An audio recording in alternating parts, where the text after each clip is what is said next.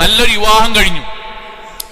നല്ലൊരു വിവാഹം, നല്ലൊരു പെൺകുട്ടി, നല്ല രണ്ട് കുടുംബങ്ങളാണ് വിവാഹത്തിൽ ഏർപ്പെട്ടത്.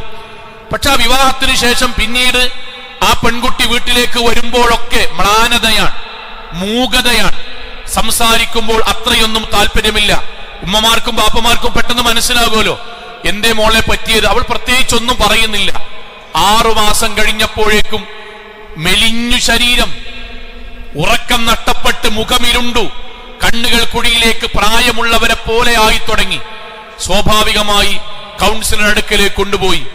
കൗൺസിലർ മാതാപിതാക്കളെ മകളുടെ മുന്നിൽ വെച്ച് സംസാരിച്ചതിന്റെ അവസാനം അവൾ പറഞ്ഞ വാക്ക്, വിവാഹം കഴിഞ്ഞ പിറ്റേ ദിവസം രാത്രി ഇക്കാക്ക എന്നോട് ചോദിച്ചു, നിനക്ക് വിവാഹത്തിന്റെ മുമ്പ് വല്ല ബന്ധങ്ങളും ഉണ്ടായിരുന്നോ? ആ കുട്ടി പറഞ്ഞു, അങ്ങനെ ഒരു ബന്ധമൊന്നുമില്ല, പക്ഷെ എന്റെ കൂട്ടുകാരികൾക്കൊക്കെ ഉണ്ടായിരുന്നു, പുറത്തു പഠിക്കുന്നവരല്ലേ, അവർക്കുണ്ടായിരുന്നു. ആ വാക്കിൽ അദ്ദേഹം തൂങ്ങി. കൂട്ടുകാരികൾക്കുണ്ടായിരുന്നു എന്ന ആ വാക്കിൽ അദ്ദേഹം തൂങ്ങി. അന്നൊന്നും പറഞ്ഞില്ല. പിറ്റേ ദിവസം ഞാൻ ഫോൺ ചെയ്യുമ്പോൾ എന്റെ അടുക്കൽ വന്നിട്ട് അദ്ദേഹം പറയാൻ തുടങ്ങി, അന്നുണ്ടായ ബന്ധത്തിൽ ആൾക്ക് വേണ്ടിയിട്ടായിരിക്കില്ലേ ഫോൺ ചെയ്യണത്. ഞാൻ ഞെട്ടി.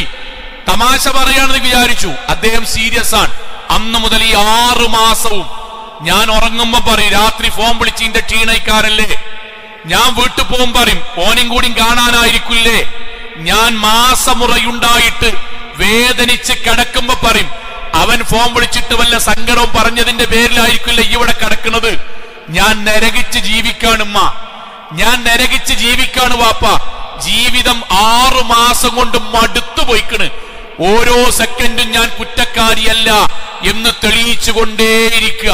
സഹോദരങ്ങളെ, എന്തൊരു ജീവിതത്തിന്റെ ഏറ്റവും വലിയൊരു കഷ്ടതയാണെന്നറിയോ? അവനവന്റെ കൂടെ ജീവിക്കുന്ന ഒരാൾ നമ്മളെ ഓരോ സെക്കൻഡും സംശയിച്ച് ജീവിക്കുക. ഇത് തിരിച്ചുമുണ്ട്.